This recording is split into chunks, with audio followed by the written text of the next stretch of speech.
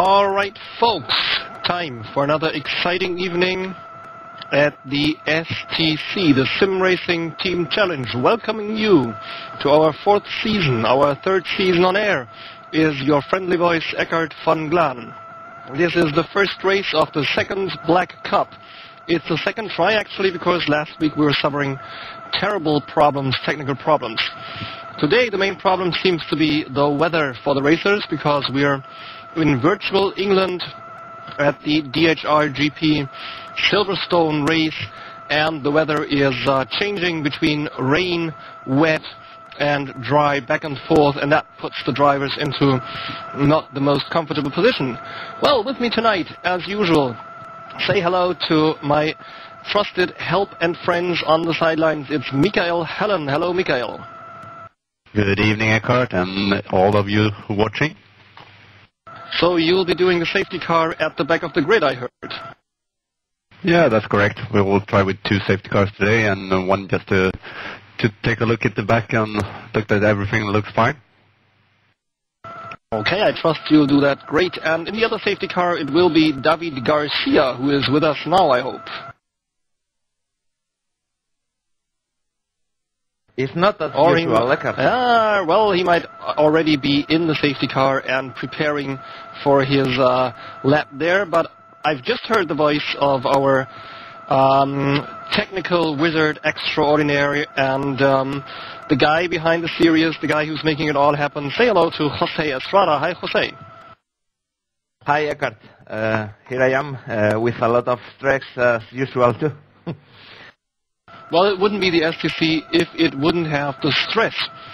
So, that was the national anthem of the United Kingdom, because we're here in virtual Silverstone at the home Grand Prix of last year's overall winners, DHR GP, who have renamed themselves in the break to DHR GP. And let's have a quick look at our sponsors. Sponsors for this season, it's thegamehosters.net, who, don't forget, last year gave the winners a big prize, and that was free slots on their servers. And we have a new sponsor. They produce shoes for sim racing, and they are Sim Boot.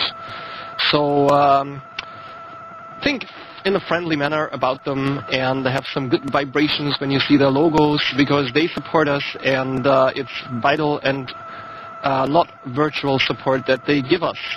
We, that is the STC, the Sim Racing Team Challenge, and let me quickly introduce you to all the teams on the grid. As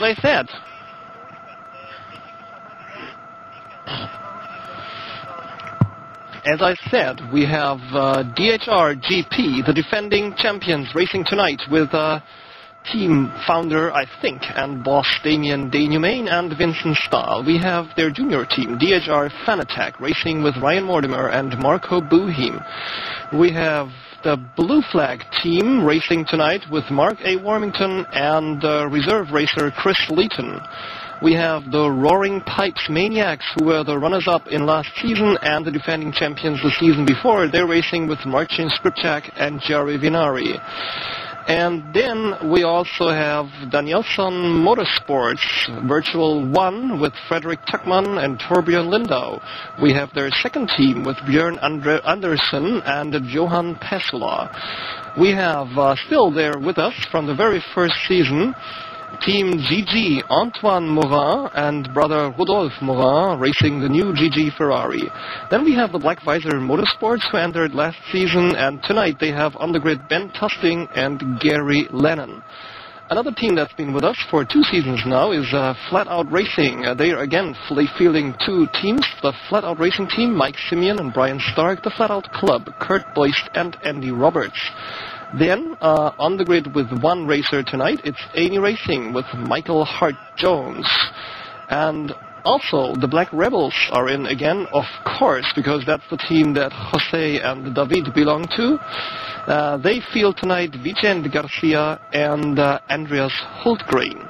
And welcome a new team to the series. It's Project D. And racing for them tonight are Gregory Chogotti and Luc Mongas. So that's your lineup for tonight. 23 racers on the grid, and I can tell you it's going to be a huge, big race out there. Let's see what the weather is doing.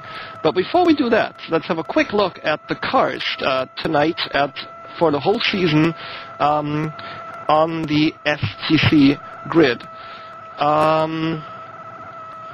What we have here is, of course, the STC mod that introduces 2 new rides to our grid. And the 2 new rides are the Porsche and the Ferrari. And let's have a quick rundown of which team uses which ride this season. We have several Corvettes on the grid. The champions, DHR GP, they field the Corvette. And Team Blue Flag, my team, we also take the Corvette. And also Danielsson Motorsports Virtual 2, they have a nice green Corvette. So these are the Corvettes for you on the grid. We have several Porsche teams. The Porsche was very popular apparently with the guys out there.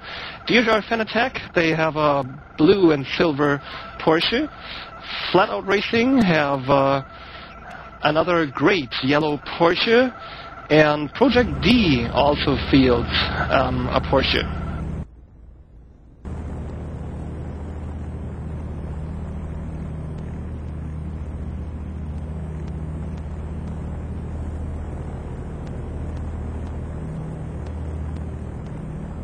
Then we have 2 more Musslers. We have 2 Musslers, that's the Flat Out Club, and that's the Amy Racing. And we have Ferraris on the grid as well. It's the Black Rebels. They field a white and gold Ferrari. And also Team GG with their usual blue, white and red team layout. The best rides tonight, though, were the BMW M3s. The Roaring Pipes Maniacs put these cars on the grid. So does Danielsson Motorsports Virtual 1 and also the Black Visor Motorsports. And listen, folks, I have the lineup for you of the starting grid. And as you can see now, we're about to start the warm-up lap. And the first 4 rides on the grid are BMWs. We have the first pole of the season. And it goes to Torbjörn Lindau of Danielsson Motorsports Virtual. Runner-up there, Ben Tusting for the Black Visors. Then we have Marcin Skrzypczak of the Roaring Pipes Maniacs, that's the orange ride.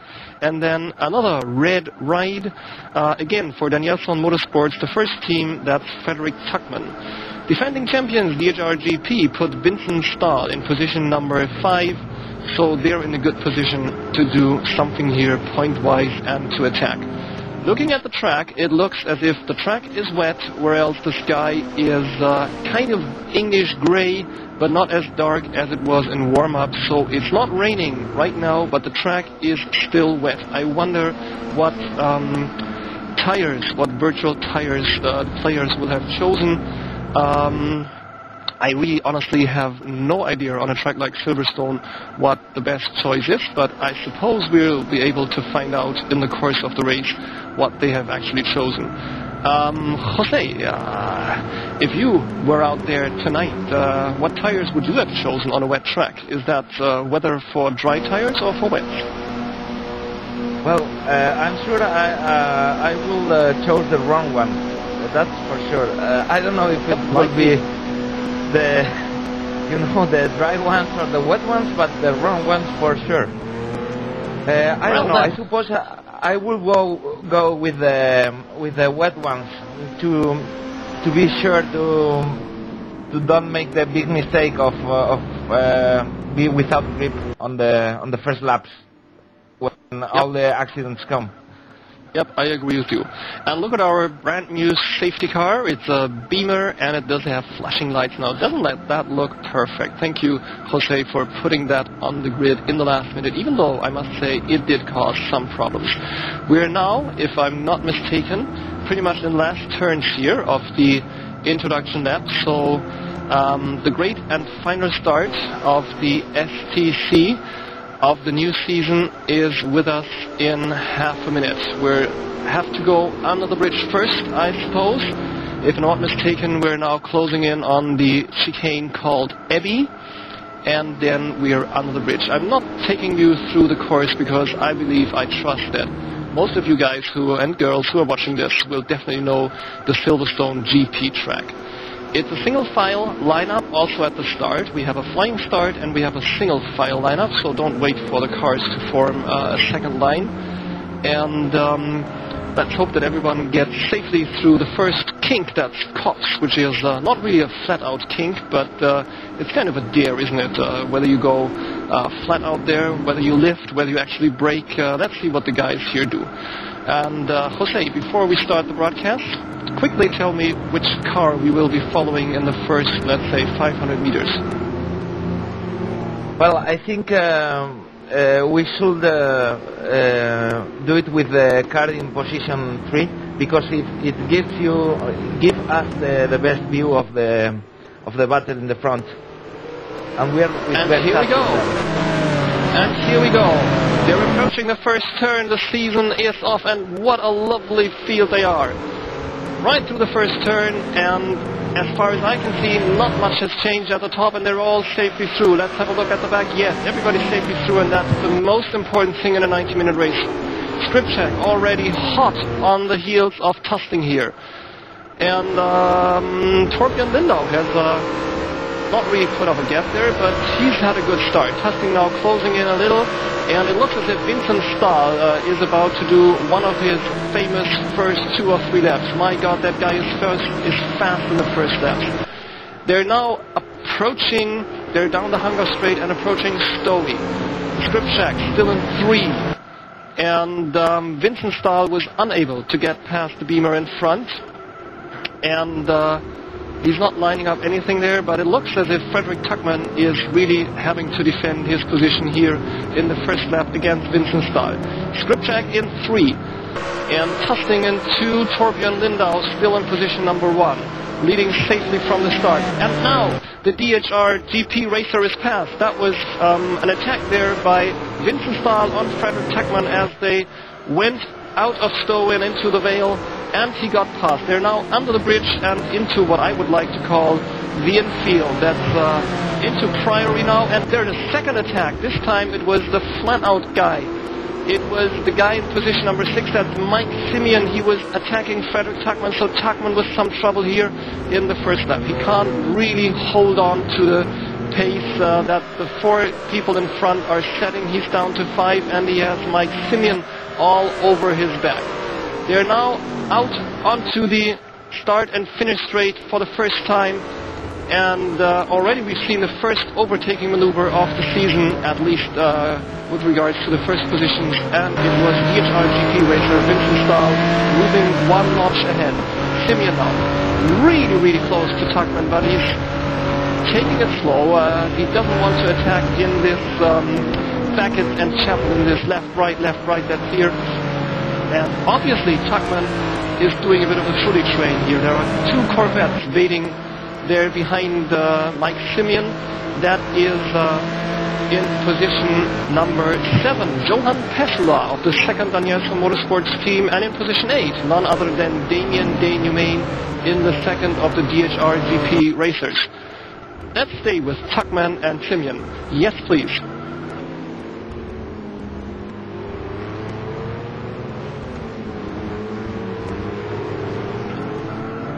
And I just got news from the pit, sorry that I interrupted my commentary. It was David telling me that Vincent Garcia, who's racing for the Black Rebels, has already pitted. And we still have no message from him whether it was maybe a problem at the start, he lost maybe the splitter or something, or whether he actually chose the wrong tires. But looking a bit ahead, Vincent Staal has moved up. He's in position 3 now, and there's a little touch there as Simeon and Tuckman go into Priory. Tuckman is off the track and he's dropping places. He's down to 13, 14, 15, 16, 17, 18. Let's see where he comes up back on the track again. Down to 19, down to 20. He's behind Blue Flag racer Mark Warmington in position number 20. So that's pretty much at the end of the grid. It'll be interesting to see how we can recover from that. From what I have seen, they were approaching Abbey. Simeon just touched Tuckman a little in the back, and then it was bad luck for Fredrik Tuckman as he veered to the right while Simeon could go past on the left. So Tuckman down to 20. That's not the last place on the grid, but it's pretty much down. We have Kurt Boyce in 21, Andy Roberts in 22, Michael Hart-Jones in 23, Chris Layton 24, and Vincent Garcia in 25. So that's the back of the grid for you. Well, Jose, which car are we following on the screen at the moment? Well, as you did a very, very fast rundown, the last season used to be slower. I'm following you in position 11. All right, so are we with Fredrik Tuckman again, the poor guy who dropped something like 15 places?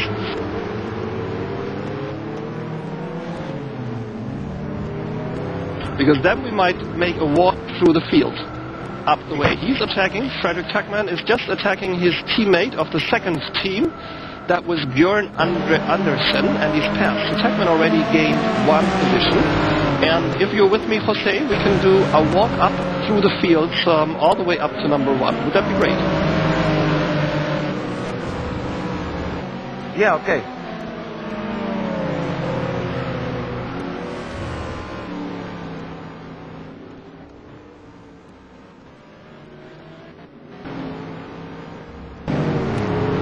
And we have some interesting information here from our pit spotter, David Garcia. He tells us that the guys at the back of the field, Chris Layton from the Blue Flag Racing and Vincent Garcia of the Black Rebels, seem to be the only one on the grid with dry tires. So he has been watching the tires of the virtual racers as they went past. So we're with 19, Fredrik Tuckman. One spot ahead, as I already said, in 18, it's the Blue Flag Racing Corvette of Mark Warmington. And he is behind a bunch of the mod racers. That is in 18. Ryan Mortimer for the DHR Fanatec, the junior team of the defending champions DHR GP. And he does have his teammate right in front, and that's Marco Buhin. It's a new name for us here at the STC. It's his first race with us in the STC, and he is in 16. Yes, Jose? Chris Layton is pitting in. Maybe he has any problem, or no? It seems it's a drive-through. Drive-through penalty for Layton. No. My mistake. It's a pit stop. It's a pit, and he's changing tires, guys, because I was pretty sure he was in dry tires, and he and Vicente were suffering a lot on track. All right, so it seems to be that wet would be the right choice. And then, Jose, you would have made the right choice. And while we were talking, Marco Buhin unfortunately overtook Andreas Hultgren of the Black Rebels in the awesomely beautiful TBR Ferrari. Who's responsible for that skin, Jose? Well, it's Mr. Garcia. I think he put 50 hours of his life, or maybe more, in that skin, and made me crazy, asking, do you like this one more than this one, or this one with that black spot in the rear, or another one? And well, and it was a car that, a lot of work to make this beautiful car. Yeah, and it's again, spot the pin-up girl with the Black Rebels, and I hope during the broadcast you will have a chance, folks, to watch her up close. Anyway, here's Marco Buhin in position 15 for the DHR Fanatec. And then in 14, it's another Ferrari, another beautiful skin, as usual, from Team GG. Rodolphe Morin, one of the two Morin brothers, here in 14.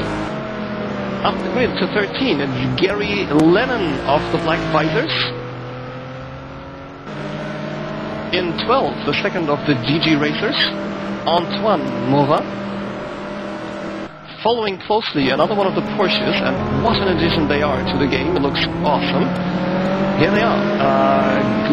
Grigory Chogoty for the Project D, and he's following his teammate, Luc Mongas, again for the Project D racers. Very nice skin there too. They have all, I think, the whole lineup of the racers on the back windscreen. Yes, they have. That looks great. Then we have a flat-out Porsche. That's Brian Stark. And for those of you who always wondered how to pronounce it the German way, the Germans say Porsche. Right, so nothing about Porsche or anything, it's Porsche.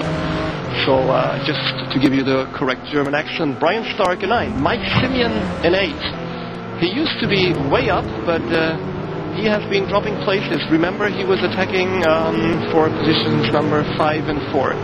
Then we have Jari Vinnari in position number 7 for the Roaring Pipes Maniacs. In another great skin, orange as usual for the Maniacs. He's in 7. We have Johan Pesula for the Danielsson Motorsports Virtual Team 2. They're fielding last year's Corvette, if I'm not mistaken. Looks pretty well known to me. And sad news, you could actually possibly see it at the top of your screen. Mike Simeon seems to have had some problem. Just as I was talking about him, he was running into some huge lag, and now unfortunately he had to leave the service. So that's the first guy who has to drop out of the race. Unfortunately, Mike Simeon, and it seems to be a disconnection. Well, we're up on the grid. We're up with number 5, and that's Damien Dane of the defending champions. So we are closing in on the top 4 or 3 racers. Dane again fielding here the new Corvette by team DHR GP, and also of course proudly showing all their sponsors, Track IR, Fanatec, you name it. These guys are really in the thick of things. And then Marcin Skrzypczak, let me tell you, he joined the qualifying something like 4 minutes before the time was up, because he had problems getting the mod to race, and there he is, set something like the 3rd fastest time on the track with just 1 lap to go, and he is in position number 4. And then in 3, Black Visor's racer Ben Tusting, who was 2nd after the qualifying, so he must have dropped the place, and he lost it to Vincent Staal. And right now we're here fighting for position number 1. It's a huge battle we see for position number 1. Glad we arrived at this time, at this space. Talk about timing. Vincent Staal in 2. He was in 5 at the start, so he is the guy of the early laps here at Silverstone. He is chasing Torbjörn Lindau of the Danielsson Motorsports Virtual Team, who have also switched to the BMW and who've also changed their usual color scheme from green and black to red and black. And Staal now on the inside. He might have an attack, but he is drawing back a little bit. And Jose tells me there's some action going on in position 22. Jose, what is it, and should we go there? Well, it's position 23, and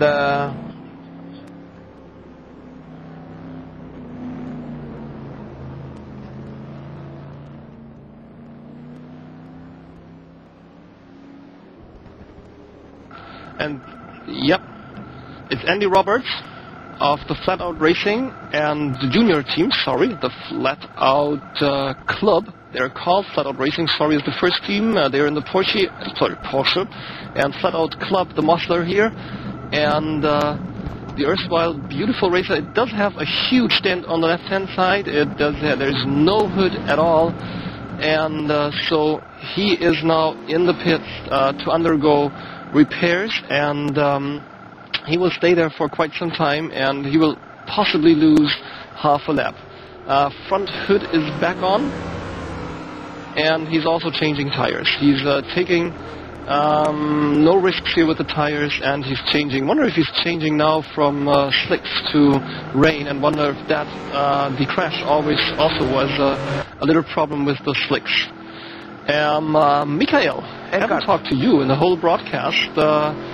What about your opinions of the race so far? Oh, well, it's a lot of action, that's for sure. And, well, as David and Jose said, it was a really quick rundown of the field there, so maybe we should take it a little bit slower next time. But, well, I'm quite busy just trying to find the best parts here. They're everywhere. Which is a good sign. Jose, what did you want to say? No, I was saying that there are 3 cars in positions 18, 17 and 16 that are really close, and they have a really nice fight.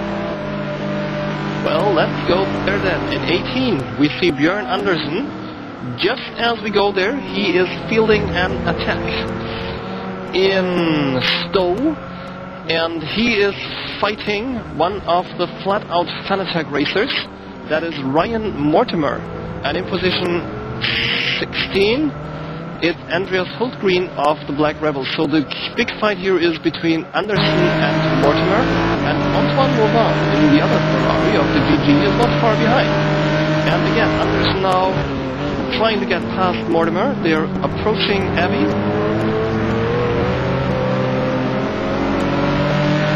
But Andersen seems to be pretty much in control of what he's doing, and he is definitely taking his time. Now on the inside again, but no, he's not making a move at all. He was just taking a different line there. And players actually do choose slightly different lines here in the rain. Is that a usual thing to do, David? Taking slightly different lines in the rain to really find out where your ride is best positioned? Yes. In the rain is very important because the banking of the corners, the water used to go to the lowest part always. So if as much rain you have, as much open you have to enter into the corner. All right, and as we say that, to make a different line. Yep. And it's great. Ooh, Andersen here with a wild cut. Hope he didn't get a warning for that. And he's passed. He's passed Mortimer. We saw that just as David was talking and explaining to us about rain. Andersen made a quick but decisive move on Mortimer. Mortimer had a little bit of a problem there going into one of the turns, and Andersen went past. So it's now Hultgren, Andersen, Mortimer, and then one of the Morin brothers for Team GG. I think it's Antoine in position number 19. And now Mortimer is under attack from Antoine Morin. Morin on the inside. Can he pull it through? They're side by side, but now it's the better side, of course, for Mortimer. Mortimer trying to hold on. Morin trying to hold on. Now as they're approaching Abbey, Morin is on the better side. So if you can just pull that move through, let's have a look. They're going into the turn, and Morin is fast. Antoine Morin, that was a perfect maneuver. He always stayed side by side with Mortimer, but also kudos to Mr. Mortimer for sticking to his line, for not endangering his opponent. That was sim racing at its best, folks. Really nice to see. Well done, both racers. Sorry for Mr. Mortimer that he was on the losing end, but it was perfect racing, and he's trying to come back. This is the last turn before the start and finish straight, and it's so important to take a lot of speed out of this turn. Morin seems to have hit a very good line, and let's see if Mortimer can get into the slipstream here. Taking a different line through that little kink there, and now they're approaching turn 1, the cops.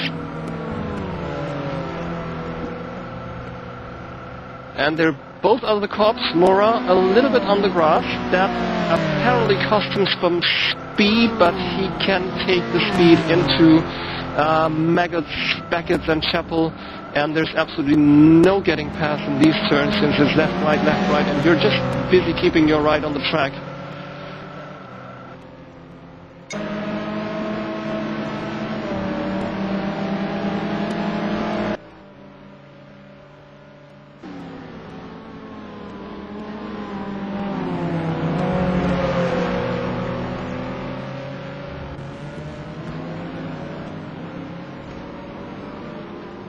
Whisper, position 4 and 5 is the fight. There are huge battles, so we're leaving this group, even though it's a very interesting group. Right now, Björn Andersen is attacking Andreas Hultgren, but let's go up the grid to position number 4 and 5 right here. There's supposed to be a huge battle up there. Yes, and indeed there is. If we take a look, it's interesting because the number plates in both cars, in the RPM one and in the Incoming Racing GP, they both have the star in the number plate. It means that they both won the championship already. RPM won the last Black Cup, and DHR Racing won the last Blue Cup. So it's a champions fight, I would say. It certainly is, and Daniel is very, very close on the heels of Marcin Skrzypczak here. Now here's the attack by Daniel. Ooh, little push there by Daniel. Skrzypczak is on the outside now. And let's see, and Daniel goes wide. He's lost his line in that little push there. Obviously, Skrzypczak could take that push better, and Daniel now with some serious problems trying to get back on the track. He has to let the traffic pass. That was very sportsmanlike behavior there by Daniel. He left all the competition back on track, and if I'm not mistaken, he lost his splitter in that move. Yes, indeed. It's off, it's gone. Daniel down to 8, and we caught it on screen, down to 8, and he's lost the splitter. So in the wet, I suppose he's going to pit now. What do you think, Mikael? Yeah, probably if you want to stay on the track, he must pit. But as Damien went off and that fight disappeared, I think we actually should go to position 3, as he's closing up on Torbjörn Lindau in second position, of course. He's gaining quite quick. Yes, and while we're speaking, while we've been lingering in the back, that was sad news for DHR GP there. Daniel not really taken out of the race, but he has to pit now. But the good news is that Vincent Staal is in the top position, and we haven't told our viewers. Well, there you go. Vincent Staal in position number 1. He must have sneaked past Torbjörn Lindau while we were watching that huge battle for position there in the back of the grid. And now Lindau is under attack of Ben Tusting, so it's one beamer chasing another beamer.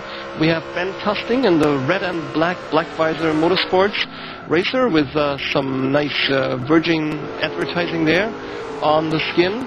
And we have Torbjörn Lindau in another red and black beamer, though also some white. That's the way to keep them apart this season. The guys in white and a little bit of yellow, that's the Team Danielsson Motorsports Virtual. They have their sponsorship deals on the side. There's the M-Pro and the HQ logos there, because this is what I would call a semi-professional, maybe even professional sim racing team. For those of you who don't know, they also actually, a branch of them, the Danielsson Motorsports, participate in real-life racing, and the players and the racers actually do some training together, if I'm not mistaken. Torbjörn Lindau in 2, and Ben Tusting of the Black Visor Motorsports in 3, trying to chase him down. I think Tusting at this stage in the race is well advised to remember that it's a 90 minutes race, and we've just done something like 20 minutes of this race, and so chasing down is one thing, but risking too much is another thing, because after all, the track is still wet. And there's a sizable gap behind them. Mikael, do you have... And there we see Daniel just getting back on the track.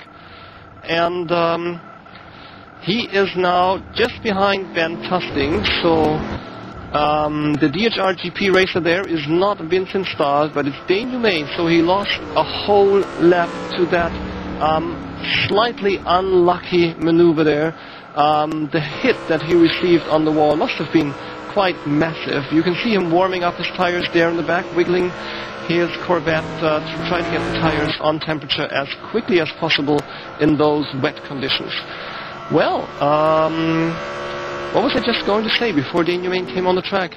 Sorry mates, I forgot, but it'll probably come back to me. Tusting still chasing Torbjörn Lindau, and Vincent Staal still in position number 1. Yes, I was just going to ask about the gap. Mikael, you have the live timing all lined up on a second screen next to you. Can you tell me what is the gap between Tusting and Skrzypczak? Let's see, we have, according to live timing, it is possibly 10 seconds. But as far as I've seen, the last few laps, the live timing hasn't really been up to date, so it's not really live. But if we can trust it, it's about 10 seconds. All right, so that's quite a gap, isn't it? And what's the best lap time so far here in the wet conditions? Well, we have Vincent is on 147.6, and yeah, I suppose that's the fastest one so far. No, 147.2. 147. Oh, wow, 147.2. And can you give us an idea, Mikhail, what were the testing times in the dry weather here?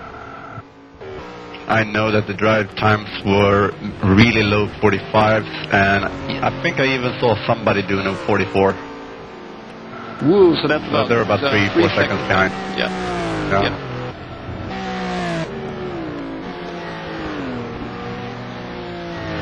Another news from my pit stop commentator, David Garcia. David, what is it you have to tell us? Well, looks like Marcin from Blue Flag or mate, co-commentator, made his first pit stop already. Okay. So that might be also due to some splitter loss or something, because otherwise it would be fairly early in the race. Mikhail, back to your live timing there. How many laps have we done so far here at Silverstone, and how much time has passed since the start? Been pretty much exactly half an hour gone of the race, and we managed to do 14 laps so far. Okay, so Jose, with the fighting not really that heavy in the front, Vincent Staal up front, Torbjörn Lindau in second, and Tusting, well, he's chasing him, but he's not really getting closer. I think he's really taking his time. I think if there is an attack, it will come maybe in half an hour or so. Let's have another rundown through the grid and see where the races are, shouldn't we? Well, Eckhart, there's not a big fight in the front, and that's why I'm following Rodolphe Morin and Marco Bahins. I hope I say his name almost in a decent way. They have a big, they have a big battle, and they are really close now. Positions 10 and 11. Yeah, and we should move up a little. Yeah, we should move up a little to 5 and 6 is what my other pit guy, Mikael Helen, tells me. So we might actually go to 5 and 6. We skip Skrzypczak in 4 and go to 5 and 6 and watch the battle there. Okay. Now Rodolphe Morin just went through, so I think yes, we can move to 5 and 6. Okay. Yeah. Just a few turns earlier, we had Jari was really close. I think he made a small mistake and maybe lost a few meters, but he's gained up again. So Johan Pesula of the second Danielson Motorsports team in the Corvette of last season in position number 5, and he's in an RPM sandwich, isn't he? It's Marcin Skrzypczak in 4, and it's Jari Vinnari in 6. That's correct. And behind that sandwich we have the Project D Racer. Yes. No, I just wanted to ask you if when you say sandwich, you don't mean in a literal way, right? No, I don't. It's just that there's something on top, something at the bottom. We could also call him the Tommy in the RPM bikini, but that would be a bit weird. Right now, I'm having a bit of a problem here with my controls. I don't know about the image that you see, but on my screen, I'm seeing grass on the track, and some of the rides have also gone off, but I hope I can still give you all the news here, even though the image that I received here on my screen is a bit weird. But never mind, and I can't identify the names of the right drivers anymore because I have a black screen where it says that. But I suppose we're still with Jari Vinnari in 6, and the guy just in front of him is Johan Pesula. And let me tell you, I have one of these graphic box that follow GTR Aero, and the track looks really weird. Okay, and I have my son here behind me, and he's laughing too. Alright, Johan Pesula still in 5, and Jari Vinnari in 6.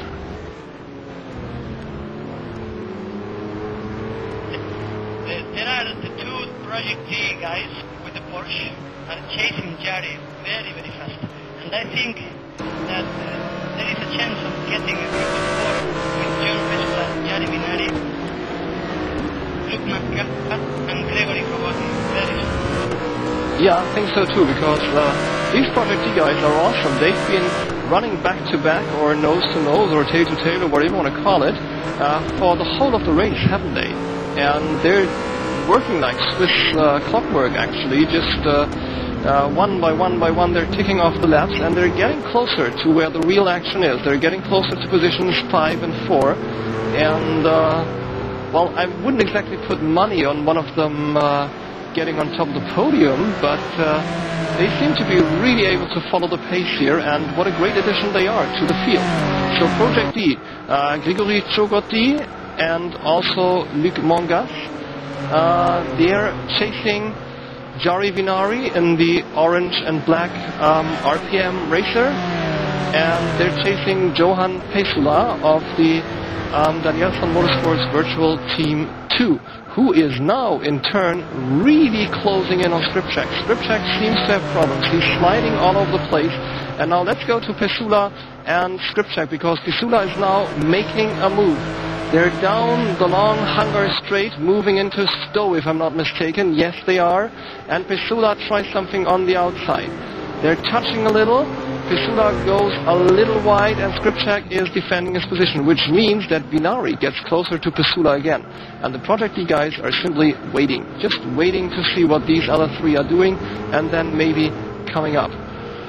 So, Vinnari now close to Pesula. They're out of the Vale and the club and approaching Abbey now. Vinnari in the slipstream of Pesula.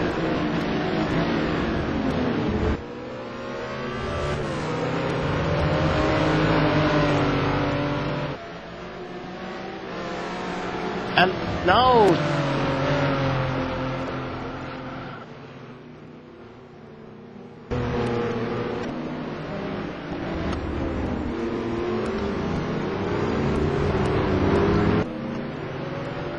now, we have the group of 4 that you just predicted, David.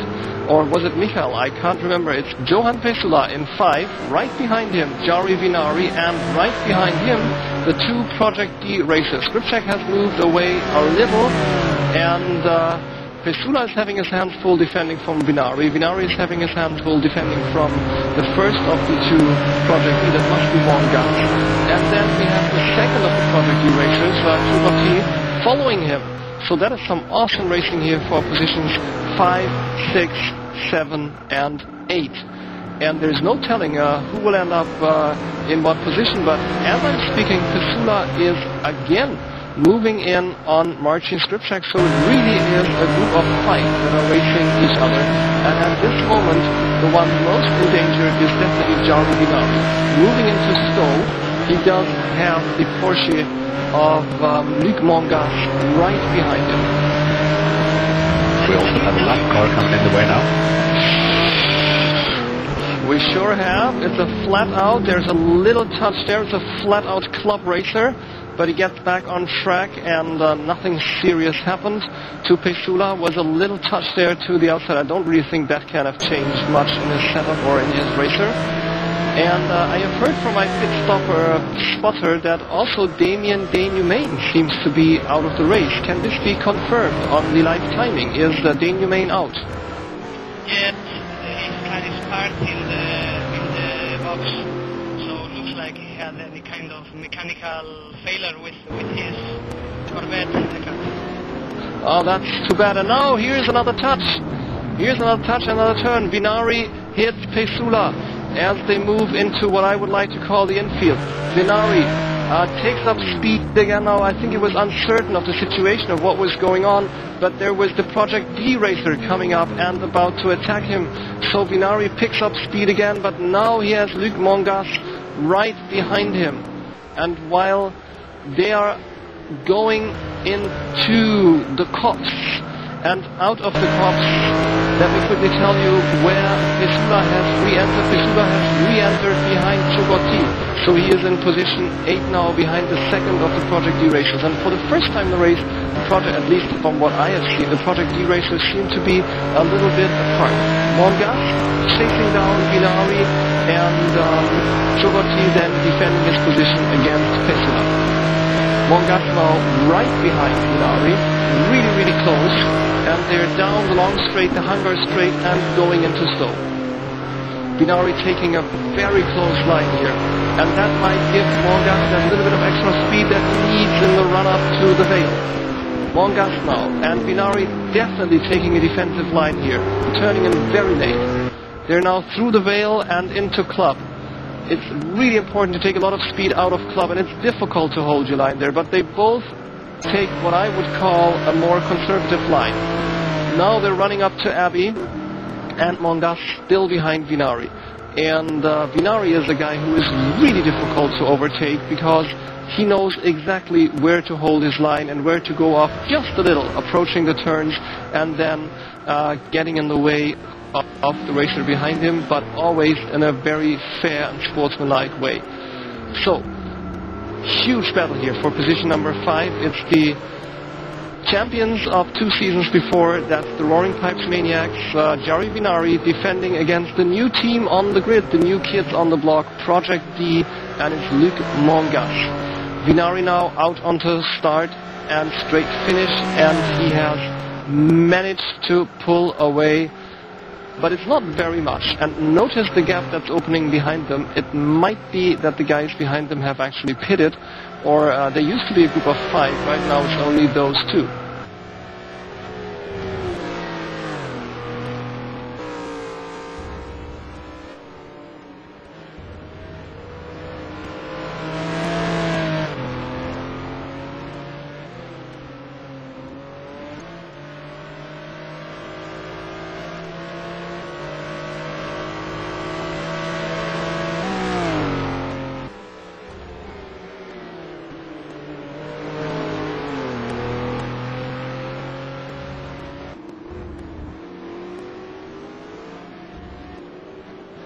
So we're with position number 5 at the moment. Is Jari Vinnari defending against Luc Mongas of the Project D. Let's see what the guys up front are doing, and then let's also have a look at the back of the grid to give the guys there some airtime. Is Jari Vinnari in 5. His teammate, Marcin Skrzypczak, in 4, the second of the Roaring Pipes Maniacs racers, and he was 3rd on the grid. He's 4th now in the race. In position number 3, it's Ben Tusting for the Black Visor Motorsports. He was 2nd on the grid and also down 1 position. He's still chasing Torbjörn Lindau, though at what I would call a safe distance. And it's Torbjörn Lindau in 2 for the Danielsson Motorsports Virtual. We still have the same guy up front, Vincent Staal. Sorry, DHR GP, for not giving him more airtime, but it's just one of those Staal races, which means he's pretty much up alone in the front in the beautiful black and blue Corvette of DHR GP. The second DHR GP racer, team boss Damien Denhumain, is out of the race, so they're well advised to keep Staal up there to pick up the maximum points, at least for 1 car, which will keep them in the running for the overall championship. If they lose both cars, they're in deep trouble already after race 1, but there's no sign that Staal is going to drop out of this race, and there's no sign that he does have any problems. In fact, his lines look absolutely fluid even under these tricky conditions, and he's putting in great lap times one by one. So let's move to the very, very back of the grid.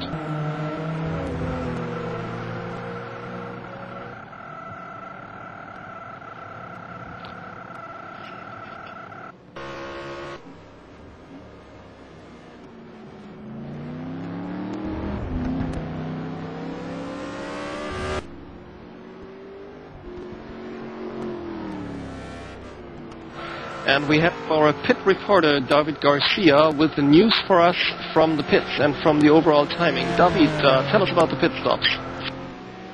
Well, no, I was only saying that it is very possible that people start pitting in now, because there are 48 minutes remaining. We are very close to the half of the race, so I am pretty sure people will start pitting in from now on.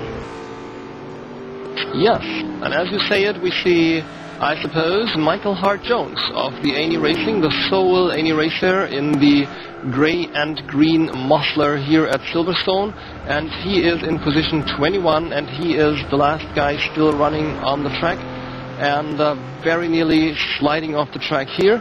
Michael Hart-Jones, for you folks, in position 21. He is about to be lapped by the fighting pair there of Vinnari and Mongas, and very well done here. He lets the guys pass without any problems, so they could get past.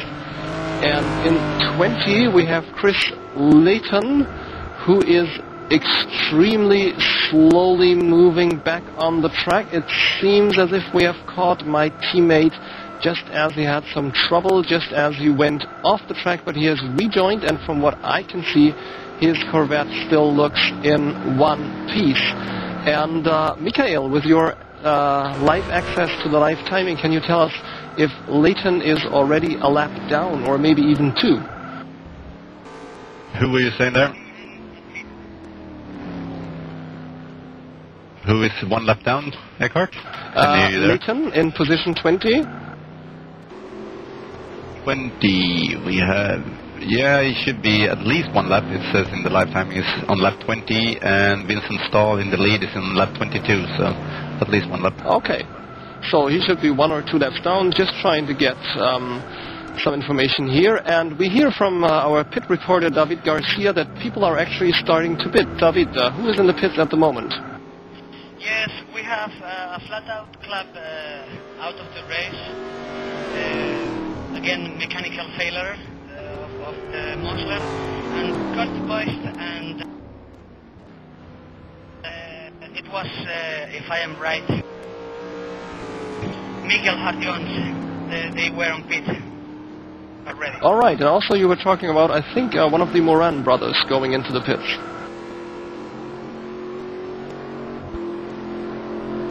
Okay, from this is Ben Tusting is also in pit. He was fighting for P3. He is in pit.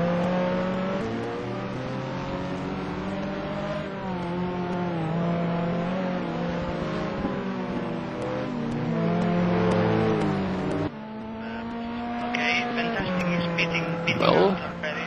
He will rejoin the race in position 11.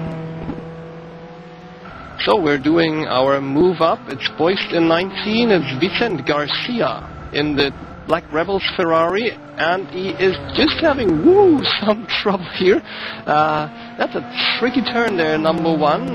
You really have to decide how much speed to take into that turn. It's actually one of the turns where I, for the first time, learned what the difference between one of the race games like Race Driver 3 and a race sim like GTR or GTR Evo or R-Factor or so is, because in the race games you just put the virtual pedal down and go through it, whereas in a race sim you really have to decide what to do and what might work and what better might not work.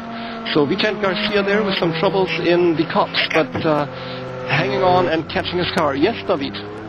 Yes, we have Vincent Staal already stopped in the pit with Andreas Hultgren for DHR as well.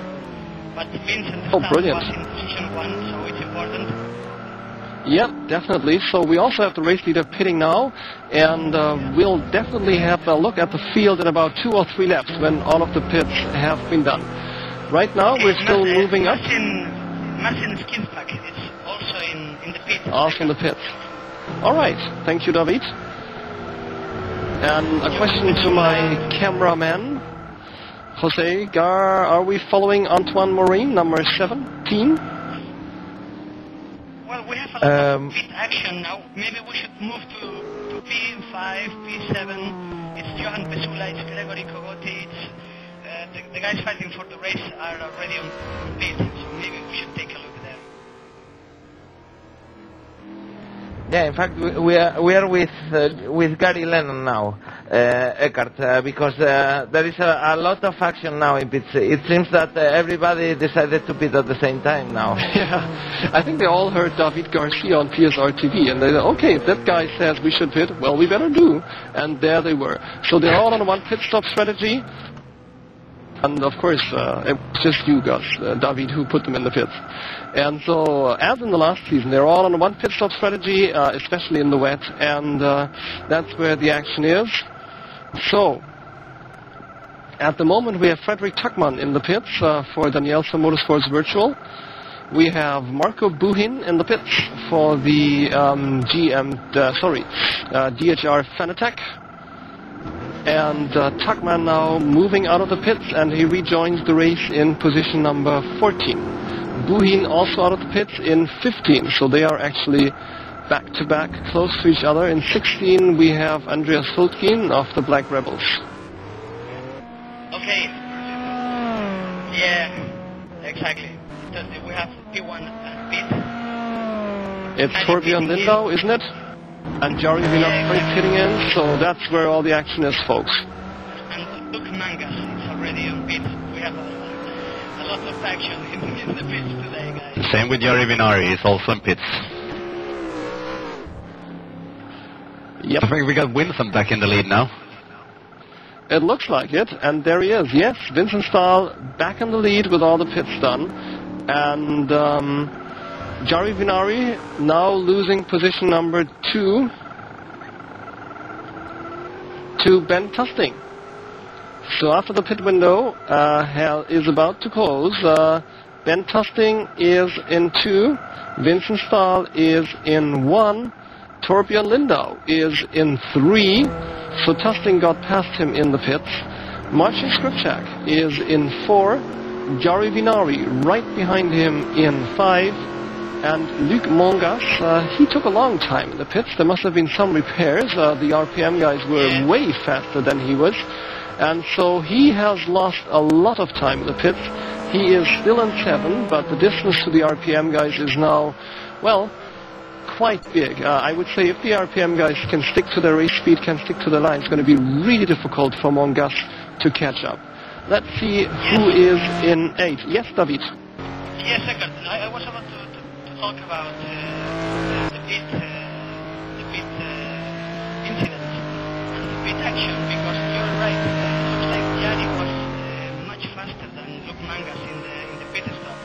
They entered the pit lane almost together, but it was Jari getting out much faster earlier than Luke Mangas. Now it's Johan Pesula between them in P6. Oh yes, we forgot him. Pesula also up there, and it seems to me that Tusting is the guy who actually made the most of the pits and moved back into the position he held at the start of the race. He's back in 2, and didn't you say he was one of the guys who pitted quite early, David? Yes, I think Ben Tusting was pitting from the back of the leading back of the race. And I would say that this is an advantage, getting tires earlier than the rest, even if the truth is that Ben Tusting will suffer at the end, because he will get the tires in worse conditions than the rest of the field. Yeah, but it's not so bad in the wet weather, isn't it? In the simulated wet weather, it's worse if the track is dry, if I'm not mistaken. Yeah, maybe, but we don't know still if the track will get dry. A lot of things can happen. Yes, we do have the changeable weather, do we? As I see it now, I mean, it's really difficult because my screen is all, I mean, if you would see it, this looks like a psychedelic dream what's on my screen here. And, but if I'm not mistaken, there's still no rain, though, is there? It's just a wet track from virtual rain that came down, let's say, 2 hours ago, and there's still no fresh rain being put on the track. So it seems to be more or less the same conditions now than they were at the start. Yeah. All right. So, Jose, my trusted camera guy, where are we on the grid? We are with Rodolphe Morin that made a really short pit stop. I don't know, he stopped like 2 seconds or less. Not sure what happened to him. If I don't think he planned a pit stop that short, but let's see. we are in position 14 anyway. Yep, and he's just been lapped by Vincent Staal. And so the DHR GP racer you see in front is a lap or 2 laps up. Well, let's take a look then at the midfield, I would say. Let's move up from Morin to the guys. We haven't really had a long look at the guys in 13, 12, 11, all those positions. So if it's okay with you, Jose, let's move to positions 13, 12, and then all the way maybe up to 8. See who's in there. Okay. So up we go.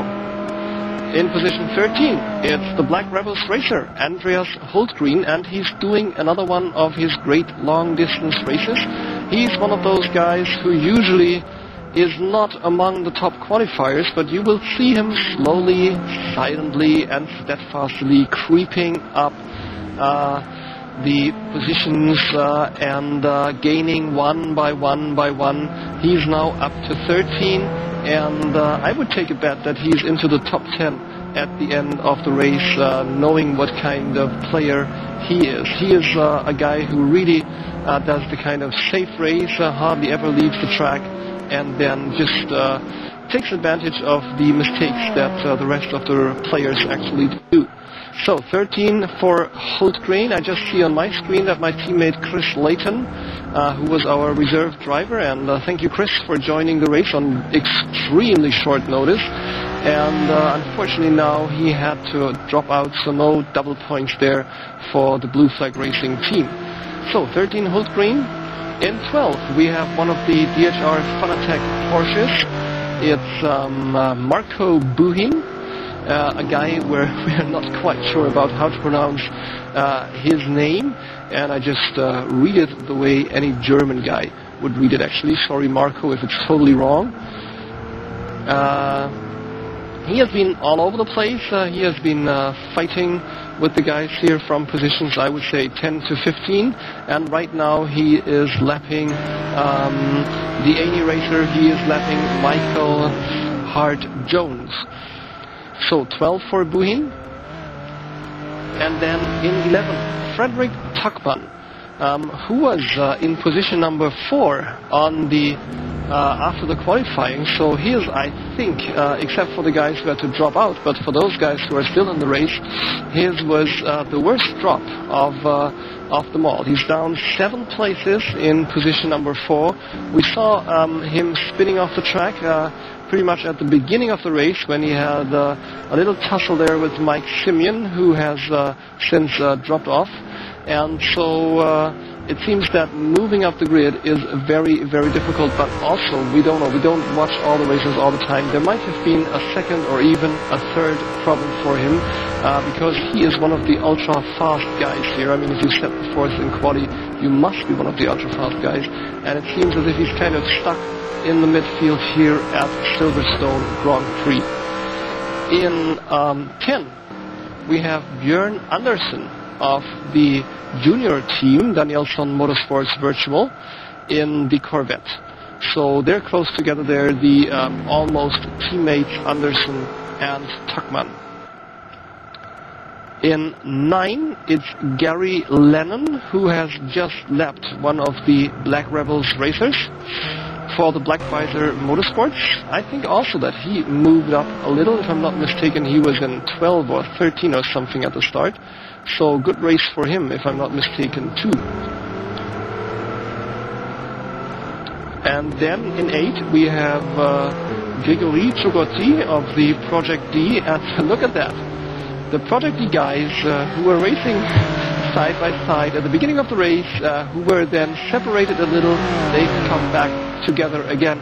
I think they must have a real good relationship, the Project D guys, because they love to race so closely. No problem on beach, come in.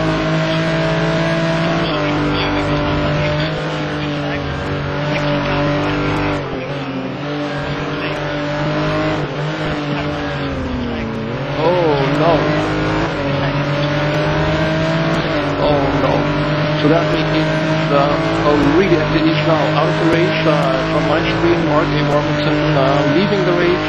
So it's 0 points for Blue Flag racers, and we're going to get what in German league we would call the red lantern, meaning the guys right at the back. Unless another team does a total nil here, but A still have one car. They only fielded one car, but that's still in the race. So if Michael Hart-Jones makes it to the finish, he's going to take those points that gonna be bad for Blue Flag Racing, because going to put us in a 0 into a last position. Well, Joe Eckhart, yes, I Jose, wonder, jump in. I wonder how much time left, because after the 75% of the race you get points, so I don't know if... yeah, that's not Mikhail with his access to the live timing. Mikhail, how much time of the race is left? I just went out to the monitor in the game, and it says exactly 32 minutes and 5 seconds to go. That's a long distance away from 75% in 90 minutes. And now we see Chogoti moving past Mongas there, if we're still following the Project B guys. And so they're actually taking turns here, who is in 7th and who is in 8th. I can just say that, Eckhart, that if you look at the front of Gregory's car, it's a big dent in the front, and that is from when Johan Pesula, when he spun, Gregory actually hit him in the side, and that's why Johan went to the side. He probably let Gregory pass there just before the pit stops. Yep. So he was stopped for quite some time, Gregory. Well, he was in the pits already, so and I think he simply switched off the repairs, didn't he? I suppose he went to the pits already, and he's going to take that damage all the way to the finish line, and it seems as if he's not really losing any speed. Look at the way he's dealing with his teammate. At first he went past, and now he's slowly making headway. He's slowly putting away from him, so I bet we'll see that damage also as he crosses the finish line. Yeah, probably.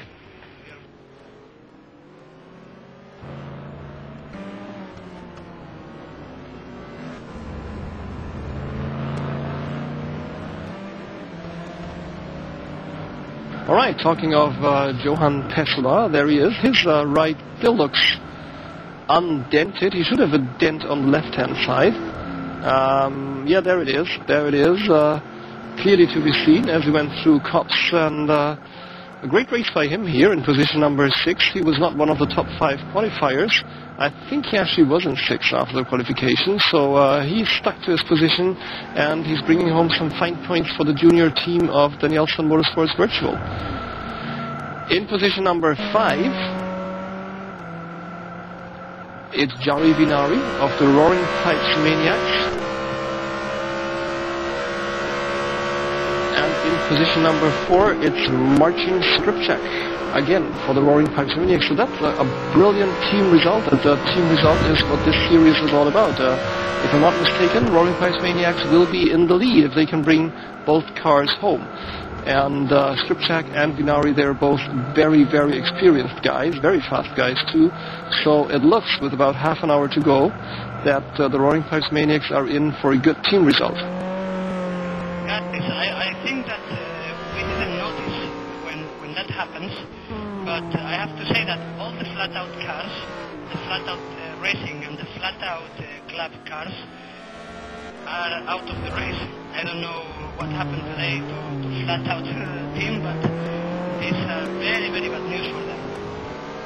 Oh my goodness, it's even worse than the Blue Flag Racing, because of both teams are taken out, and you're quite sure that all 4 racers of the flat-out, all 4 players are out, because that totally escaped my attention. It wasn't on the screen while I was watching, and it didn't appear on my screen at the top of the screen where you see who is leaving the server. So all 4 flat-out racers out. That's a disaster, and we should watch the forum very closely to what actually happened to the guys, because they're pretty fast guys, the flat-out guys, and they're really in the fight for the championship. I know that they have put in a lot of practice before the season started, so they're really in this championship, and they really fight to win here, and that's a sad blow if you compare that, for example, with the Maniacs, who have both cars still running and who are in 4 and 5. Well, flat-out racers, if you hear me, my condolences. That's an awful result.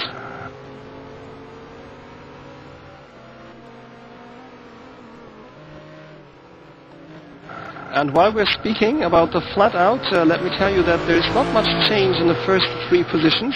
People have more or less settled down, and with your access to the live timing, Mikhail, what are the time differences between the first 4 guys, say between Staal in 1, between Tusting in 2, and then Lindau in 3 and Skrzypczak in 4? Well, from position 1 to position 2 is quite a gap. It's well, pretty much exactly 20-25 seconds now, the live timing. But between position 2 and 3 we only have about 5 seconds. And then there's another 10 seconds down to Marcin in 4th. Then another 5 down to Jari. That's okay, so top 5. 2 and 3 is where the action is, so I suppose we should follow Tusting a little. Yeah, also 4 and 5. Rather, yeah. But these are teammates, so I don't think much is going to happen there. Whereas Lindau here, is he actually catching up on Tusting, or is it that they're both putting in the same lap times? I mean, they've been very close since the start of the race, haven't they? Well, last lap was really, really close in the lap timing, and also their best laps are really close.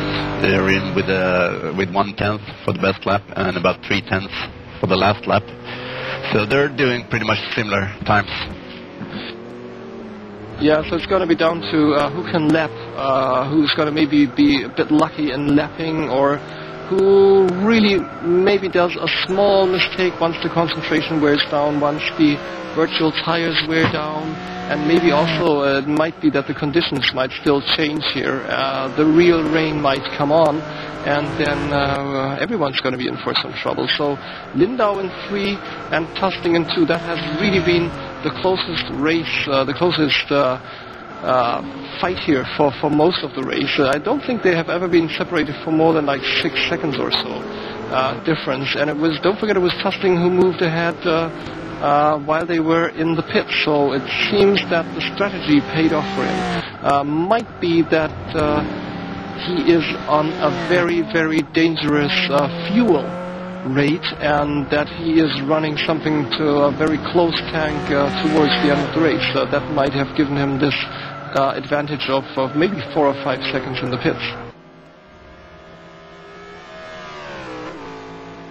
Could also be that I think Ben caught up with a lot of time in the pits. I think it was almost 10 seconds or so. And that could also mean that he only changed maybe 2 tires.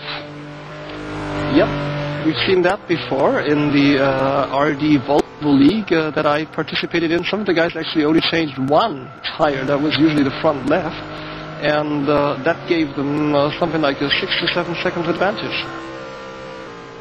Yeah. So with positions more or less taken here, and with something like 25 minutes of the race to go, Jose, you might want to talk a little about the changes of this season as compared to the last season, and about what happened between the 2 seasons. Let's start with the lineups of the teams and the teams themselves. Do you feel there's been big changes, or is it business as usual for most of the teams? Well, the only thing that really happened with the lineups is the teams try to grow a little bit, because we all want to be in different competitions, and all the teams, and I think STC is really interesting for teams, but at an individual level there is another interesting competitions too, like for example most of race department leagues where we are racing actually. So I think the teams realize that they need more drivers to be able to have 0 absences in all the competitions they participate. And there are teams like DHR, for example, that are present not only in race department but also in Formula Sim racing and in a lot of other competitions, some of them really demanding one. So that's, I think that's the bigger change, that the teams try to grow a little bit. Yep, and come to think that some of the teams actually then have two teams here on the grid. They must have like 20 or 25 drivers at their disposal, or players at their disposal, and that's quite a big field, really, is it? But it makes training so much more interesting, team training and changing setups and exchanging experience and everything. So it really pays off, I think, to have a big team here in the Sim Racing Team Challenge. We have one new team, the Project D, and did they approach us or did we approach them? Okay, guys, let me interrupt you 1 second. I have news. No problem, David. What happened to Damien? I was checking his race report at the forum, and looks like he had two drive-through penalties or stop-and-go penalties because speeding in the pit lane. He was a bit too fast, trying to win as much time as possible. So it looks like it. And I have to say, in some seconds we will have Torbjörn with us to explain what happened to the flat-out races today. Well, that's going to be hugely interesting. I'm really curious about the flat-out, because they seem to have lost all four. I mean, the main team, the flat-out racing, and also, if I'm correct, the club is out as well. The black and yellow monster is out as well, so that's going to be sad but interesting news there from the flat-out. Thank you, David, for keeping us so well informed. Well, back to Project D, Jose. How did they come to join the STC? Well, to be honest, I really don't remember if we invited them or if they contacted us. But anyway, we found them really interesting, and we wanted them to join. So who made the first contact is not really important. All the teams that are here are very important for us and for the competition. Also, yeah, the B teams. I know there is. I know there's always the polemics with the B teams, but it's a question of space, of slots in servers, nothing else. Yeah, it is, and I must say, I really have no problem with the B teams. Also tonight, I have not seen a single move where the B team actually kind of helped the A team, you know, by like blocking or letting you pass or anything. I mean, it's the same in the Formula One with Toro Rosso and Red Bull. I've never seen them actually really helping each other. They're racing each other, aren't they? Yeah, of course, and all of them are competitive, and all of them have a big commitment with the competition. So sometimes it's sad. We always look for solutions in remove the B teams, but it's not because the other teams or because the STC itself. Sometimes it's because we have to find solutions for the limitations of the simulator we are using. It has really strong points like physics or graphics or other things, but has very weak points like server slot and stability. So that's the reason. Yeah, it really has its ups and downs, doesn't it, GTR? I wonder what the next add-on will do to the overall dynamics of the game, and that will be out on the 22nd of October, if I'm not mistaken. David, you're trying to contact us.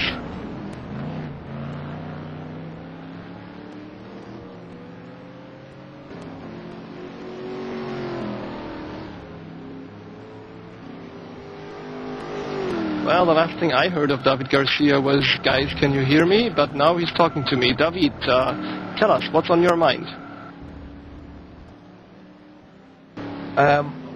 Eckhart, I think he had a radio problem. He will be back in a second. Ah, okay, no problem there.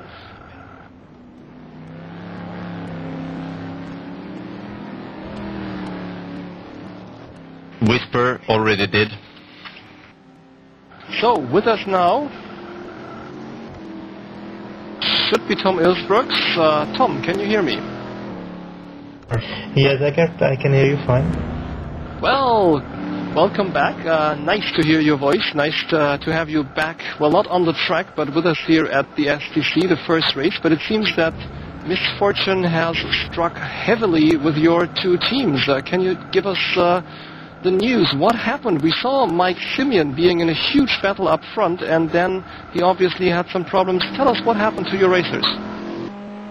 Yeah, first races don't bring us much luck, but like last year. Mike, yeah, he had lag at a given point, and he lost his connection.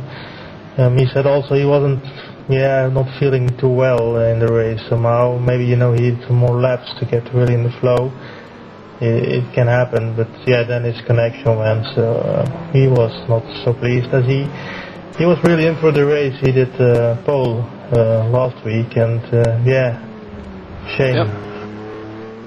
A big thing. I was expecting a huge battle from him because his pole last week was absolutely breathtaking, and pity that race didn't really get off the start because of some problems we had with the mod. And so, what about the junior team? They were pretty good until they left us. Yeah, both drivers also had, we had Kurt who had disconnection, a bit like Mike. He had also disconnection last week, so he's not sure why it happens. He seems to have some sort of problem, which is kind of weird because he's got the same ISP as myself, so not sure. Yeah, but you never know. Yeah, you never know. And then we've got Andy. Andy had all kinds of problems. He had a crash, and then he had a very unstable car. He said he had some stop and goes where he doesn't know why. But I found out myself also this track. If you can't use the full curbs like they are designed, so you need to be a bit on the safe side. But then we had. With also Brian, our second driver in Ferrari Racing, he had a crash. I'm not sure what happened there. He lost the car, and bad luck also he was going very strong also. Oh dear, so it's 2 down to the computers and 2 down to race incidents. Too bad. So you're like my team, the Blue Flag. You're leaving Silverstone with 0 points. How does it feel? Well, not too much down. I mean, it's 10 races, so it gives us a lot of opportunity to fight back. Last season, myself did the first race and lost my engine, and also we lost both cars. Remember. So, that was a bummer. So, but okay, we will be there next race and we will fight. So no worries. Yeah, last question from me. What made you pick the Porsche? Well, it's a nice car in the wet. It was a bit of a trade-off between the wet and the Porsche or Marcos, but we went for the Porsche as we found it a bit better in the wet. The Marcos the Vet can be a real hard car to drive in the rain, as you. Yep. It's quite unstable, isn't it? Yeah, it's a very nice car. Yeah, and you did a brilliant design again. Who's your skinner? This time Mike who did the skins. Yeah, I'm very proud of him. It's a great skin. I just love the back of the car. It's really badass, I would say. Yep. I hope we don't have many listeners under 12 listening or watching at this time of the day, so yes, it certainly is. And it looked great as long as it lasted on the track, and I hope we caught them here on PSR TV. So thank you, Tom. You'll be back for the next race. Tell us, which track will that be? Next one is Nordschleife, so that's going to be a new one for us. We didn't drive there. So it's a very long track, and I've never seen a race with it, so it will be interesting. Yeah, it's Absolutely great track. Actually, the scene of the first one and only time I ever led a league race. Mind you, it was Group 3 in a mini Cooper League, but still, I was leading for about, and that's the bad thing about Nordschleife, you don't even lead a whole lap if you're the kind of bad driver that I am, and you lead for about 5 or 6 kilometers before somebody else catches up with you. But anyway, I was leading for half a lap of Nordschleife, so that's why Nordschleife is always a nice place to go back to. That's nice. I mean, it's very long track. I don't know it myself. Never tackled it, so I finally have to do it. Oh, you should.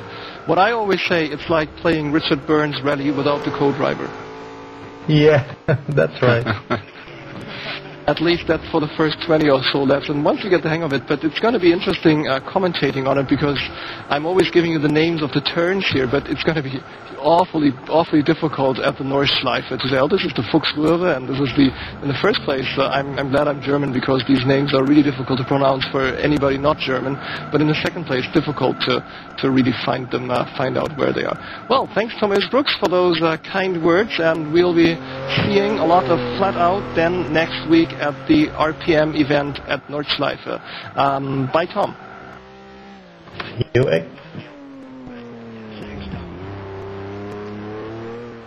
And back to the race. Jose, where on the grid are we? And the second question goes to Mikael. How much time in the race still left? Whoa, big question. We'll find an answer for you. And it's about 11 minutes and 30 seconds to go. So we're closing down to the end. Closing down to the end. There's quite big gaps all around, so...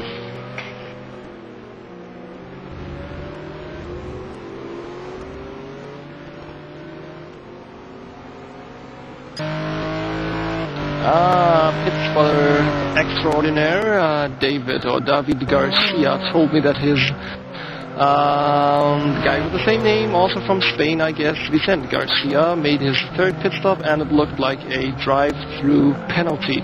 Jose, since we've been chatting to Tom, and maybe our viewers lost kind of a count of who is in and who is out, why don't we do a rundown starting at 1 to show everybody who is still in the race and what position they are on? Well, I was doing it during the interview, and I arrived to position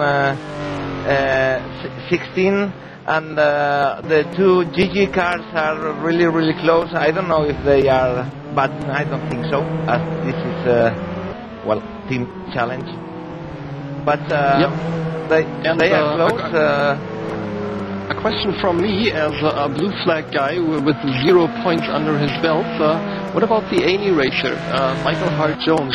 Sorry, Aney, not trying to be mean. Is he still in the race? No, he's stopped in the pit now. The car is stopped in the pit, so it looks like he's out. Looks like he's out. Looks like a mechanical problem then as well. So yes, 15 and 16. It's 17 for Vincent Garcia, so he is the last guy on the track here in the field who's still racing. Let's have a quick rundown of which teams actually, because it's a team challenge, isn't it? Which teams actually still have both racers on the grid. The Roaring Pipes Maniacs, 2 of their racers still there. And the Black Rebels, both racers still in? Yes. And the Project D, both racers still in?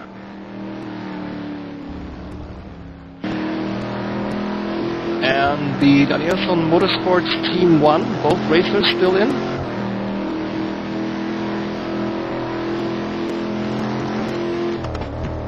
Looks like it, yes. And the Team 2 of Danielsson Motorsports?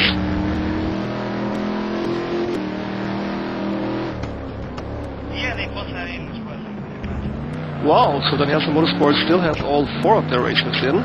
DHR GP, we know Damien is out, so Vincent Staal is still in position number 1, so they have 1 guy up front and 1 out. And the DHR Fanatec, their junior team, do they have both their silver and blue Porsches still on the track?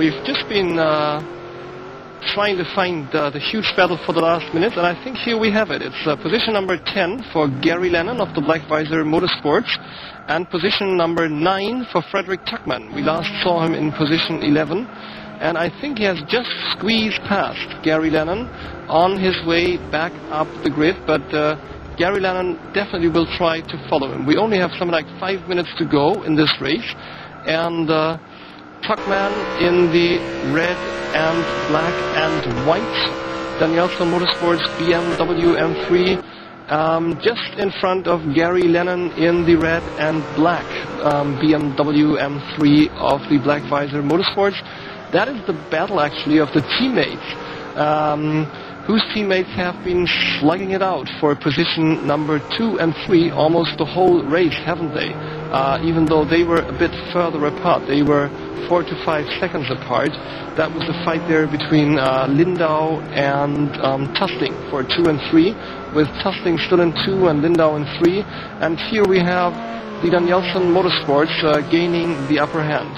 Frederick Tuckman, who is now lapping one of the Black Rebels Ferraris, and who kisses the wall actually as we watch him, and then Gary Lennon in 10. But I must say that Tuckman is moving away, so it seems to be we have just missed the overtaking maneuver, and now Lennon cannot hold on, and Tuckman is really on a run here in the last few laps. He has gained something like 200 to 300 virtual meters on Lennon in the time we were watching, and he is now moving away. So let's move up a little to Pesula, who is apparently moving up closer to the RPM guys. Pesula in position number 6, and Marcin Skrzypczak in 5, and Vinnari in 4. They have changed places. Used to be Skrzypczak in front of Vinnari, but in a team challenge that doesn't really matter.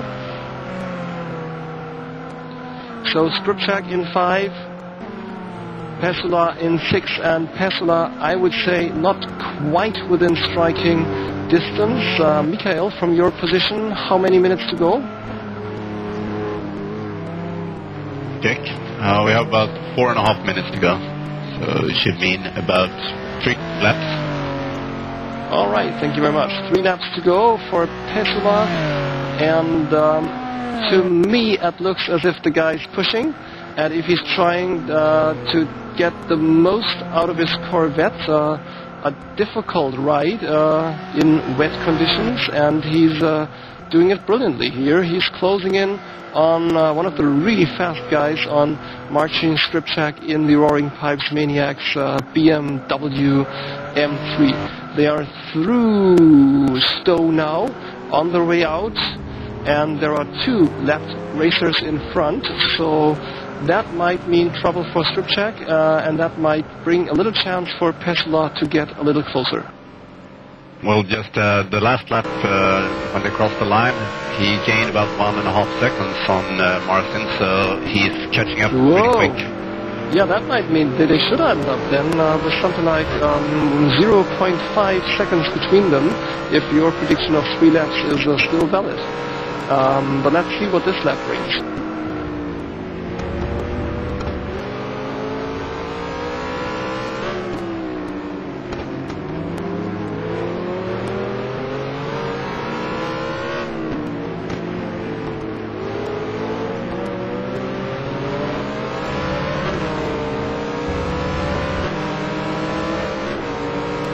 Well, Mikhail, since we're closing in here on the last minutes of the race, and since we watch Marcin Skrzypczak closing in on 2 lap drivers and 2 left players here, and let's hope he doesn't lose too much time getting past them, because Pesula is again closing in.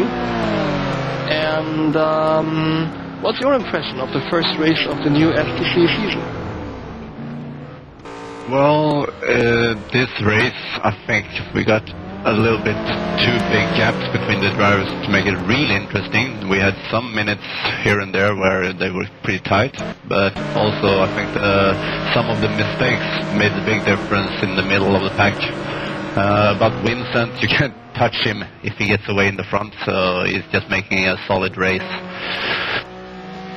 Talking about mistakes, here's one from Marcin Skrzypczak, and now he has Pesula right behind him, and they still have the two lap racers in front. One of them, a Black Rebels Ferrari, one of them, and there's a spin. They touch, the two left cars touch. It's a spin there by the Black Rebels racer, and Pesula slips past because unfortunately Skrzypczak was also involved in the spin. What a disaster here. No, not really a disaster, but what drama. And now Skrzypczak tries to get back. He is approaching Pesula very, very quickly. He is what I would call hot on the heels of the DHR team.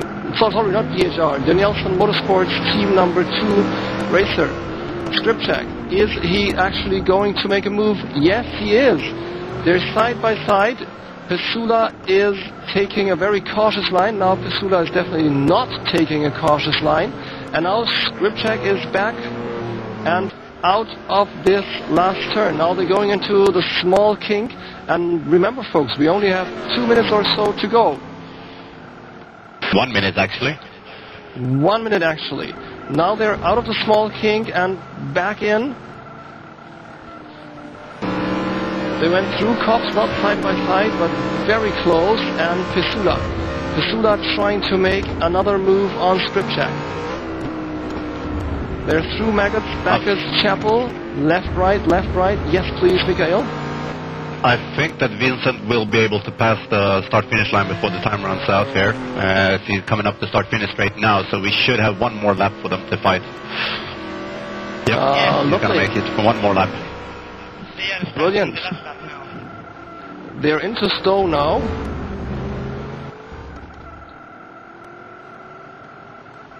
And out of Stowe. Pesula very close behind. He's not trying something on the outside, but I think he's trying to get a better line moving through the Vale and Club. But it seems that didn't quite work out. It's Skrzypczak who has moved away a little again.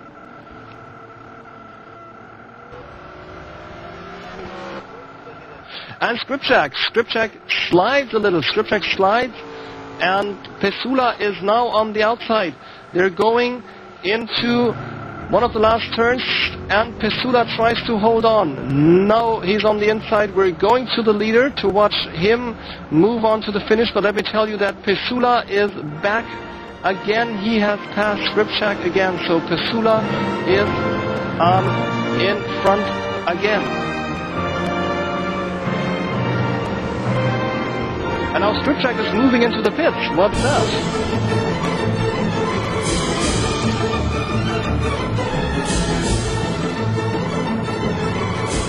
And we are with the leader. We are deservedly with Vincent Staal. Sorry.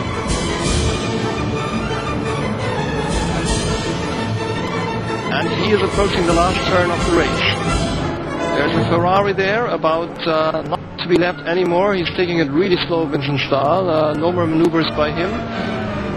Through the last kink, out on the start and finish straight, and the defending champions take the win in the first race of the season. It's Vincent Staal for DHR GP, and he is the deserved winner of this race. He moved up from position number 5 to position number 1 in the early stages of the race, and he's kept a solid lead throughout. And now, guys, you have to help me because on my screen I can't identify the names of the racers at all. In position number 2 we have Tusting. Tusting, so he kept the advantage he gained in the pits, and he moves. It's a great race for the Black Visors here. They take a lot of points back home with them because they still have both cars in the race. So he is in 2. In 3, it's Torbjörn Lindau then, I suppose, for the Danielson Motorsports, if I'm not mistaken. You're not mistaken, that's correct. In 4, it should be Jari Vinnari, who's approaching the finish now. Yeah. He definitely had the faster of the RPM BMWs in the last couple of laps. In 5, it's Mr. Pesula of the Danielsson Motorsports Team 2 in the Corvette. And in 6th, it's a Porsche. And who is it? It's Gregory Kokodi. Oh, Project D, what a start to their career at STC here. Gregory Chigotti in 6th, brilliant. And is it the second of the Project D racers in 7? Absolutely, Luc Mangas. Yeah. Brilliant, brilliant, 6 and 7. There's a Beamer going across the line in 8. Tell me who it is. It's Fredrik Tackman. In 9, that should be Marcin, who has serious problems here in the last lap. Yep, that's true. I think that he might have had to take on a little bit more fuel also for the last lap, because it looks very strange. I followed him in pits, and they never raced the car, so it was nothing with the wheels, and he stopped in his pit box, so it can't be a stop and go. Yeah, I think okay. Right, Mikael, it looked like it. So those were the guys who were still in one lap, and Mikael, with your favorite access to live timing, tell us about the positions behind them. I think we were down to 9 with Marcin Skrzypczak. What are the results of the other racers still in the race? Yeah, we had in position 10, we had Torbjörn Andersson. Is that correct? No, Björn Andersson, yeah. My live timing just disappeared here, so it changed the positions. I need to check. Björn Andersson, yeah, of DMSv in position 10, and we had Marco Buin in position 11, and Ryan Mortimer in position 12. 13 was Rodolphe Morin, and 14 was Antoine Morin. That was the guy still in the server. All right. We have 14 guys surviving, which means that was really a difficult race here. We have every second racer more or less leaving the race. No, not quite every second. We have about 10 racers dropping out, don't we? Yeah, something like that. Started with 23 guys, huh? Was it maybe even 24? Yep. So that's about 10 people out. So it's a decisive win for DHR GP. It's Vincent Staal taking the first huge load of points. And I wonder if we will have interviews this season like we did last season. So that would mean the first 3 racers would be with me in half a second. Jose, do we have the same ritual this year? Of course, of course.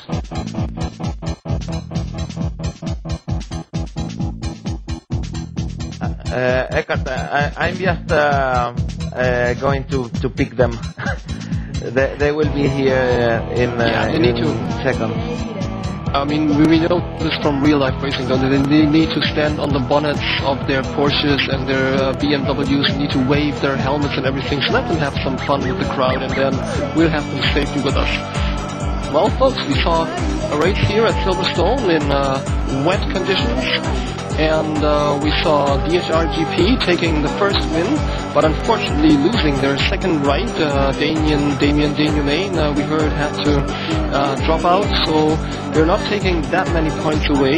The second and third position racers both have their teammates still with them, as does the Roaring Pipe Maniacs, though it seems to have been a close call for Marcin Skrzypczak from what we saw there in the last few corners. And also the Project D have got both cars home, and so have Team GG.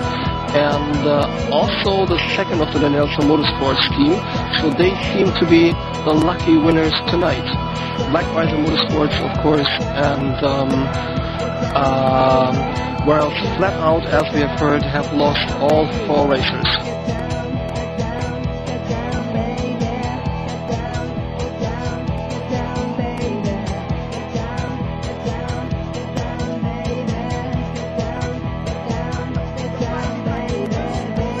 With me now in the broadcast room should be the race winner, Vincent Staal. Vincent, are you with me? He's not here right now. He's probably joining as soon as David or Jose decide. Yeah, here he is now.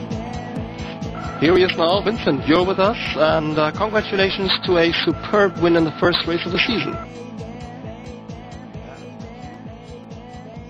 Oh, you're pretty silent, mate. I hope our viewers can understand you. Tell us, why didn't you end up in the pole position in the qualifying? Oh, wow, I think that the track dried out because I went out in the first minutes already. So I actually thought the lap was quite good, but then all of a sudden everybody was going faster, so... Okay, so it was some problem along the track, so to speak, and then you pretty quickly went past the races at the top four. Any problems there, overtaking, or was it all just fair play? Well, with the warm-up, my pace was good, and when the race started, well, I could overtake them. Had some nice fights with Ben. It was all fair, and it was great. Right, and from then on it was a pretty lonely race for you, wasn't it? Yeah, it was. It was hard to keep my concentration in the second stint, but I managed. I'm happy to bring home the win for the team. Yeah, it's a shame Damien had to drop out. Don't know if you heard that already, so you were the only one taking the points, but congratulations anyway. Great race by you, as usual I must say, and the first win of the season goes to you. Second position, if I'm not mistaken, went to Mr. Ben Tusting of the Black Visors. Thank you, Vincent. Ben, are you with us? I'm going to be moved. The race from your perspective, it seems that you had a really good pit strategy. Yeah, I did. I was speaking to Neil on TeamSpeak, and I said, I think if I pit a bit earlier, I'll be able to get a gap on Torbjörn, is it? I managed to set my fastest lap, so I got maybe 3-4 seconds out of that, so it worked quite well in the end. It certainly did, and you two were really running very close to each other the whole race. Was it like you felt the pressure, or in the first half of the race were you putting the pressure on him? At the start I didn't want to cause too much problems. I was just trying to get into the rhythm and, you know, get your lines and everything, but at the end I was having more problems with the back markers when people were going off the track. One of the cars blew up straight in front of me, which wasn't that helpful. But nope. It was good. But you survived. So and also your teammate was in the point, so it's a good team result, isn't it? Yeah, very good team result. Big guy finished 10th, I believe so. Brilliant. Thank you very much, Ben. That was the guy in position number 2, Ben Tusting, and I hope with me is also the guy in position number 3, Torbjörn Lindau. He's here now, so you have to introduce him again, I think. No problem at all, Mikael. Torbjörn Lindau, you're with me now, and you were in position number 3. Yeah, that's correct. Tell us a bit about your race. How come you dropped from the pole position to 3? Well, actually, when Vincent come in the I saw him in the mirror. It was like, I don't know, like lightning. He just catch me, and I always know that there was nothing to do, and then Ben and I had some. He tried to overtake me, and I was defensive for some laps. But then in the pit, he passed me with like 6 seconds or something like that. And yes, I'm satisfied. Yeah, and so you should be. I mean, position number 3 on the podium. That's a brilliant start for the season. And it looks as if Danielson Motorsport Virtual really seems to be one of the contenders for the title this year. Your partner also went into the points, if I'm not mistaken. Yeah, I think he finished 7th. And we will try our best, but if we will conquer for the first place, I'm not sure. We'll see. Season's still long. That was the first race. Guys, anything anyone still wants to say? For me, I'm about to wrap up the commentary. I think you probably said it all, Eckhart. David, give us your comment. Well, I don't have much to say, but for me it was a stunning race for starting the season, and also the grid and the cars looked amazing with very colorful grid. Yeah, same here until my PC kind of decided to give me surreal pictures. It looked perfect. And thank you guys for being with me. Thank you, Mikhail and David, for your expert help here, giving me all the times and all the updates from the pits. Thanks. Welcome. Thank you, Eckhart, for commenting. And thank you, of course, as usual. Yeah, thank you very much there. And thank you, of course, as usual, Jose, for the expert camera work. Thanks to you guys for being here, working and racing. Because, you know, Eckhart, this is almost our work during the week.